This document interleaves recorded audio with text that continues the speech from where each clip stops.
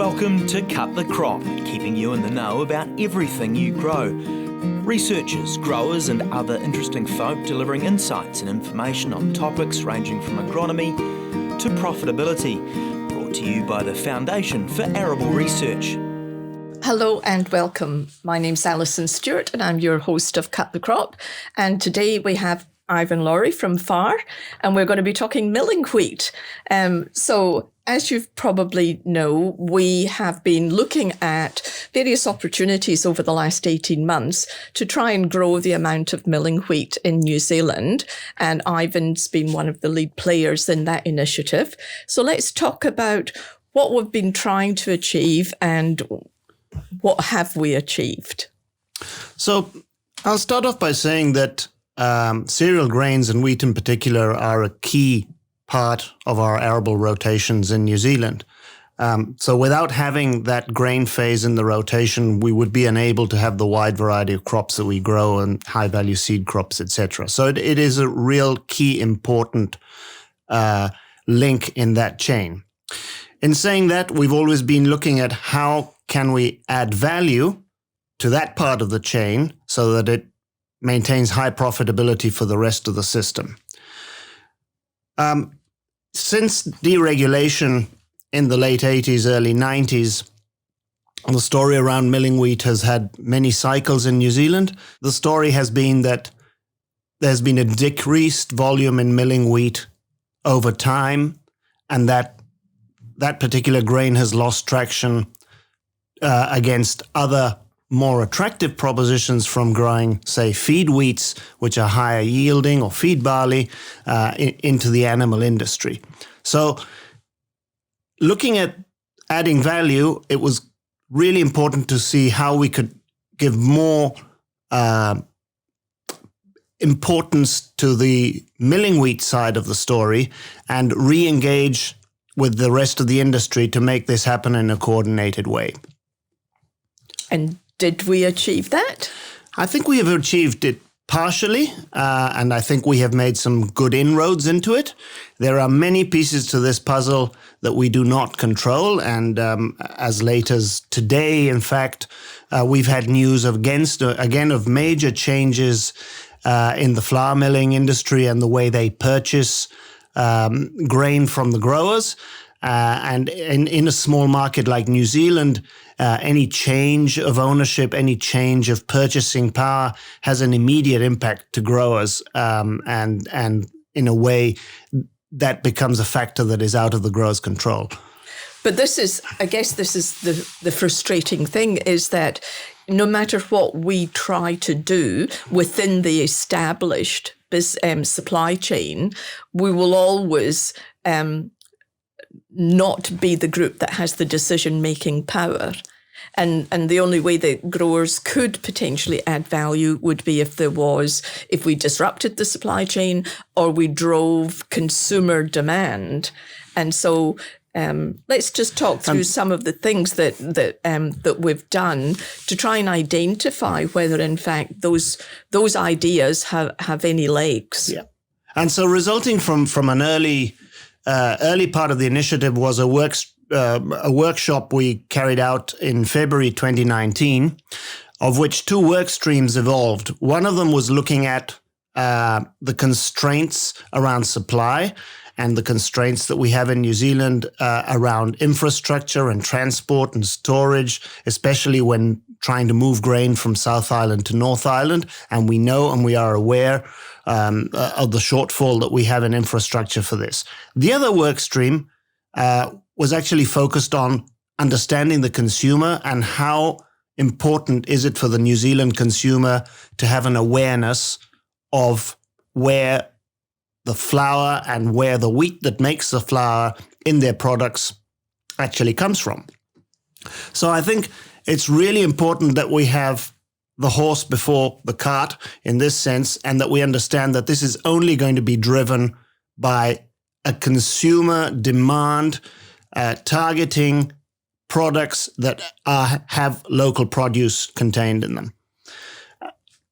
So we did a market survey. what came out of that survey? Did it support what we were trying to achieve? Absolutely. We conducted a market survey, and I must clarify that this was done before COVID. So this was before we got that extra boost from the awareness of home cooking, etc.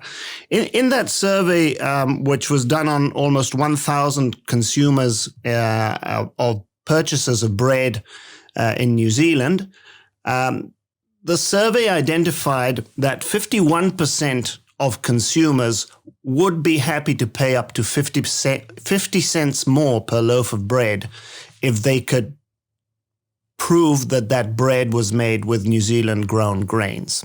A further 13% of that consumer survey indicated that there was a group of people who would be able to pay up to maybe 20 cents more a loaf of bread. So collectively, there was an indication that 2/3 of the bread consumers in New Zealand would be happy to pay a few cents more per loaf if it was proven that that was New Zealand grain. So we did that survey and we talked about those results within the supply chain, with the millers and the bakers. And we didn't necessarily get an acknowledgement that could occur.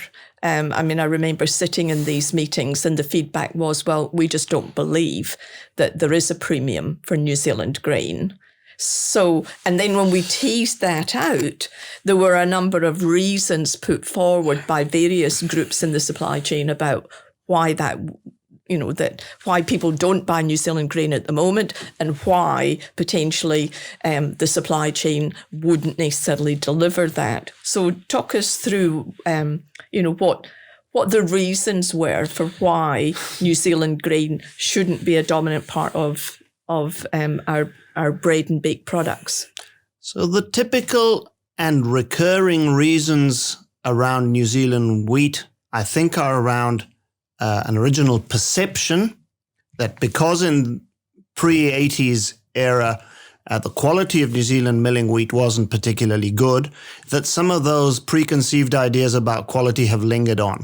Some of those might be more substantiated than others, but it is also true that whilst there had been questions around the quality of our own milling wheat, the quality of our imported milling wheat has also gone down, and the consistency and the quality of that wheat that we used to import, in particular from Australia, is no longer perceived as being so fantastic as it used to be.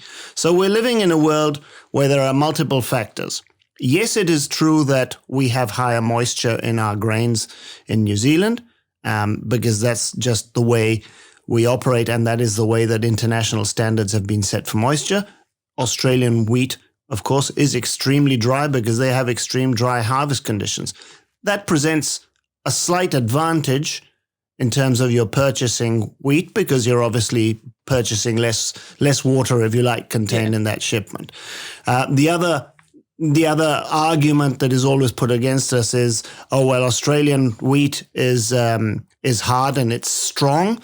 Well, the genetics have advanced in New Zealand over the last 2.5 decades to such an extent that some of our strongest wheats in New Zealand are actually stronger than the Australian imports. And in fact, probably too strong for some of the mechanical dough processing and the let's say mass manufactured bread that New Zealand requires today. So that's myth number 2 that can be counteracted with the development of really, really good cultivars in New Zealand for New Zealand conditions. And then, of course, there is the white wheat versus red wheat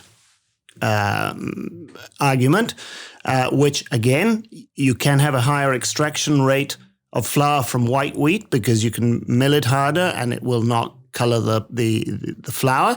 But again, with their very small percentage points, and we're working with the millers to fully understand those extraction rates. So how do we make sure that we can bring robust data to the table to be able to refute, these perceptions that are out there amongst bakers, amongst retailers about the quality of New Zealand grain? So the first thing was to collect and collate all the data that we actually have on recent New Zealand wheat varieties and their quality and performance, and be able to compare those to imported Australian wheat. The only way to do that was to capture as many samples we could through our CPT trial system, which FAR runs along with the industry, and to actually gather all the tests and bake tests and quality information from flour over the years that have been captured and put them into one document. So we've actually commissioned a research team to put together an independent review on the quality of New Zealand wheat, so we have that data available. The second point, I guess, is understanding what the carbon footprint of New Zealand wheat actually is and comparing that to that of imports. And that's a second report which we have commissioned to do, to be able to have the tools and the information readily available to millers, to bakers, and in particular to the consumers as to what that quality story around New Zealand provenance wheat actually is. So if we have some data that shows the consumers would really like to buy bread and baked products that have come from New Zealand grain, and we've got data that shows that New Zealand grain can produce as good quality produce as imported grain, what would be the reasons that the existing supply chain wouldn't want to deliver that product to the consumers? I'll go back to the beginning, Alison, and say that this started off as an industry-wide initiative, bringing together through AFIC the millers, the traders, the bakers, the growers, research, and slowly, obviously, you understand that in that process, some groups have more vested interests in this process to actually be successful than others. And it's very difficult sometimes to get collaboration from everybody if not everybody is on exactly the same path. So soon it was identified that it should be the growers and FAR to lead the process, to do the investment, because it's in our own interest to do so. I think what we learned from there on was that people will engage and give their support verbally to things that sound appealing and that probably in their heart they truly believe. But when it comes to hitting the harsh commercial realities and the interests and ownerships of some of these companies, it is key to be talking to actually who the decision makers really are. And those people are sometimes not the ones that we're dealing with on a daily basis. So where do we take this? I mean, if we make an assumption, New Zealand grain is as good quality, and that New Zealand consumers do want to have the option of purchasing bread, or some New Zealanders do, a segment of the consumers out there, how can we move this initiative forward? What are the next things that we're going to try and do? Well, I think as an industry, it is important we get our story out there. And when I say we get our story out there, I'm not referring to the farmer communications. It's really important to get out there in the media. And I know that FAR is making efforts in this sense. Get the consumer to actually know where their bread comes from, in particular in the North Island, where we know that wheat that is being milled is predominantly 90% imported. There are 230,000 tons of milling wheat imported from Australia in this current year. We are struggling to get enough New Zealand milling wheat to exceed 100,000 tons. Even though we've made progress, we'd hit rock bottom in 2018 with, I think, just under 70,000 tons. We managed to bring that back up again to over 100,000 tons, thanks to earlier contracts, thanks to better understanding and communication with the mills. But that's only a small part of the puzzle. We've also got to be very careful in our terminology. We don't want this to be seen as protectionism or regulation. We want to have free competition based on the merits of our own product and the fact that the consumers want it. And so does that mean then that our focus is very much then on consumer awareness, making consumers aware of where actually their bread products come from, and I guess explaining to them that there is the opportunity for New Zealand growers to provide 100% New Zealand produce? Absolutely. It can only be driven from the consumer. That is the only way we can do it. But as I say, it is important not only for FAR and the growers, it is also important for the seed companies and the plant breeding companies who put an enormous effort into developing New Zealand milling wheat varieties that are well adapted to our environment. And if we're going to make this grow, we're going to have to make it grow as an industry, all of us together. At the moment, it seems that it's a really hard push from the growers to try and get this over the line. And I think the seed companies are working with us closely and understand the problem because they are affected by it just as much as the growers. But ultimately, bakers and millers have choices. They can go and purchase grain overseas, or they can go and purchase flour overseas if they so want to. As growers, we need to try and find products that can maximize returns, that are appealing to the consumer, and that long-term can have consistency. It's not a question of getting a good price for milling wheat this year and say, hooray, we got $460 this year for our wheat, and then next year we get $380. It has to have a degree of consistency. So these are the things we're looking at, mechanisms where growers and millers can work together for a longer-term agreement. So I know that you have been engaging with, the artisan bakers. Is your thinking that it may be easier to drive the initiative at a small scale first, and hopefully a few successes and runs on the board with some of the high-profile artisan bakers or retailers that might actually drive a slight behavioural change with the big boys sitting in the established supply chain? Artisan baking, the analogy I give it is a bit like craft brewing.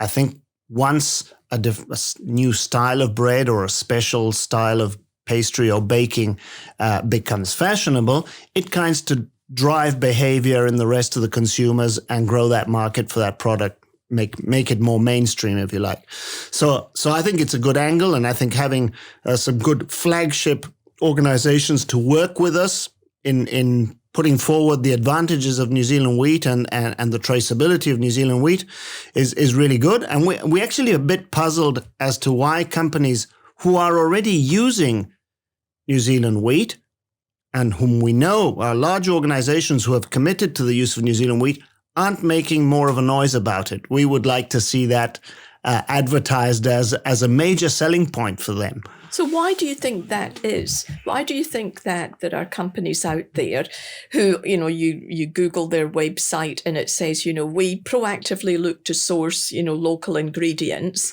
and that they use New Zealand grain, but they choose not to tell the consumer that they use New Zealand grain. Why do you think that is?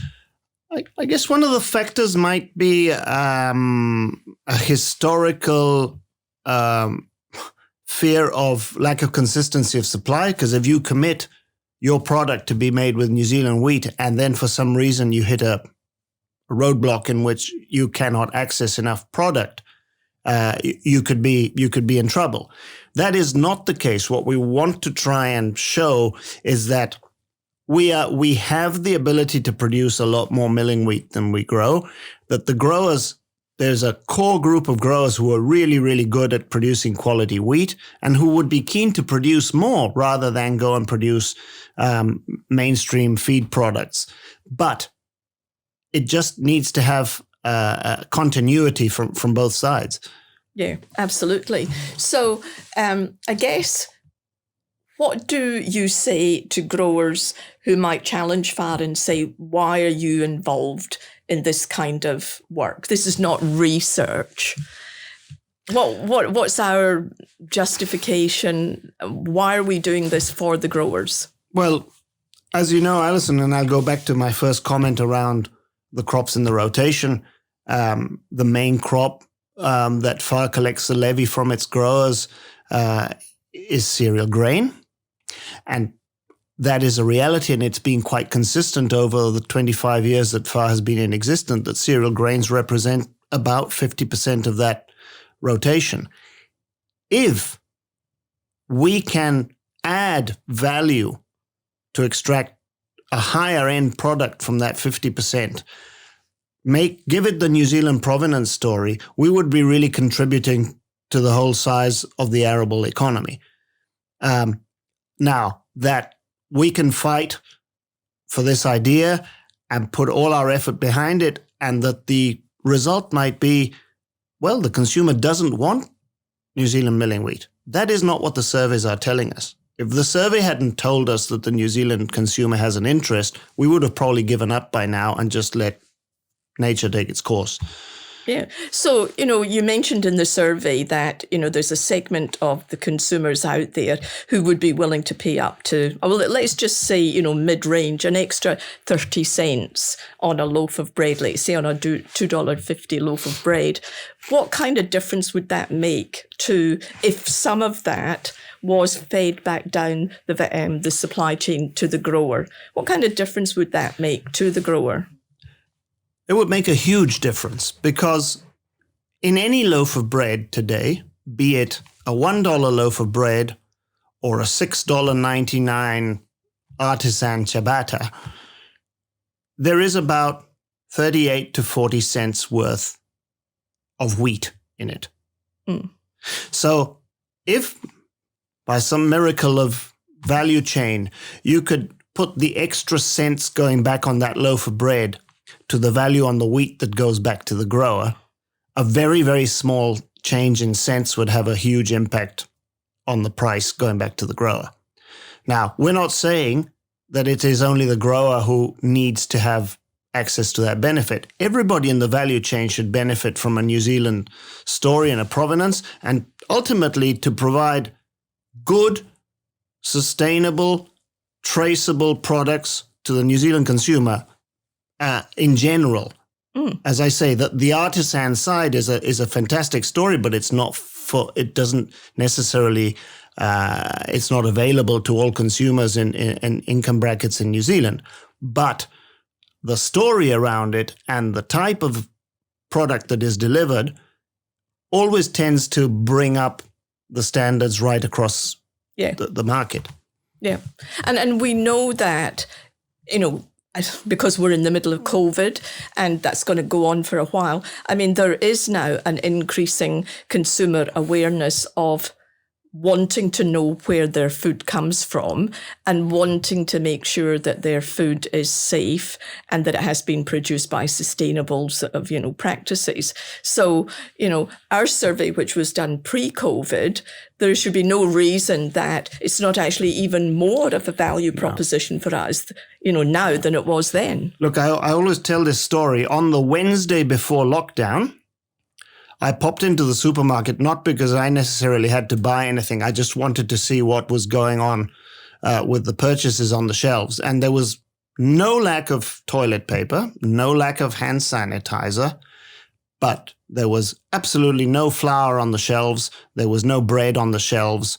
And this very clearly told me that the first thing consumers do and households do when they want to protect their families is ensure that they have flour and bread in the pantry. Yeah. So it is a matter of food security, if you want to put it that way. Yeah, absolutely. So any take-home messages from you, Ivan, about what we're doing and what we hope to achieve? Look, the take-home message at the moment is that we will continue to work with all the players in the industry who wish to work with us as an initiative. We are going to be quite strong about saying this is grower-led, because it is in our own interest to do so. We're also working on other strands that contribute to the milling wheat story, which is specialty grains, durum wheat in the Wairarapa, which I've spoken about, a very interesting regional story there with provenance and potential terroir for a pasta industry. There are other organizations working alongside with us on specialty grains for New Zealand. There's opportunities for spray-free and for organic grains as well. All of those can be part of the story, and it's not just the mainstream. So at the moment, the key thing here is to continue the work with the other industry bodies, but focus strongly on consumer awareness and getting the message out to the public that is not necessarily the public that is normally engaged with reading farm news. Yeah, absolutely.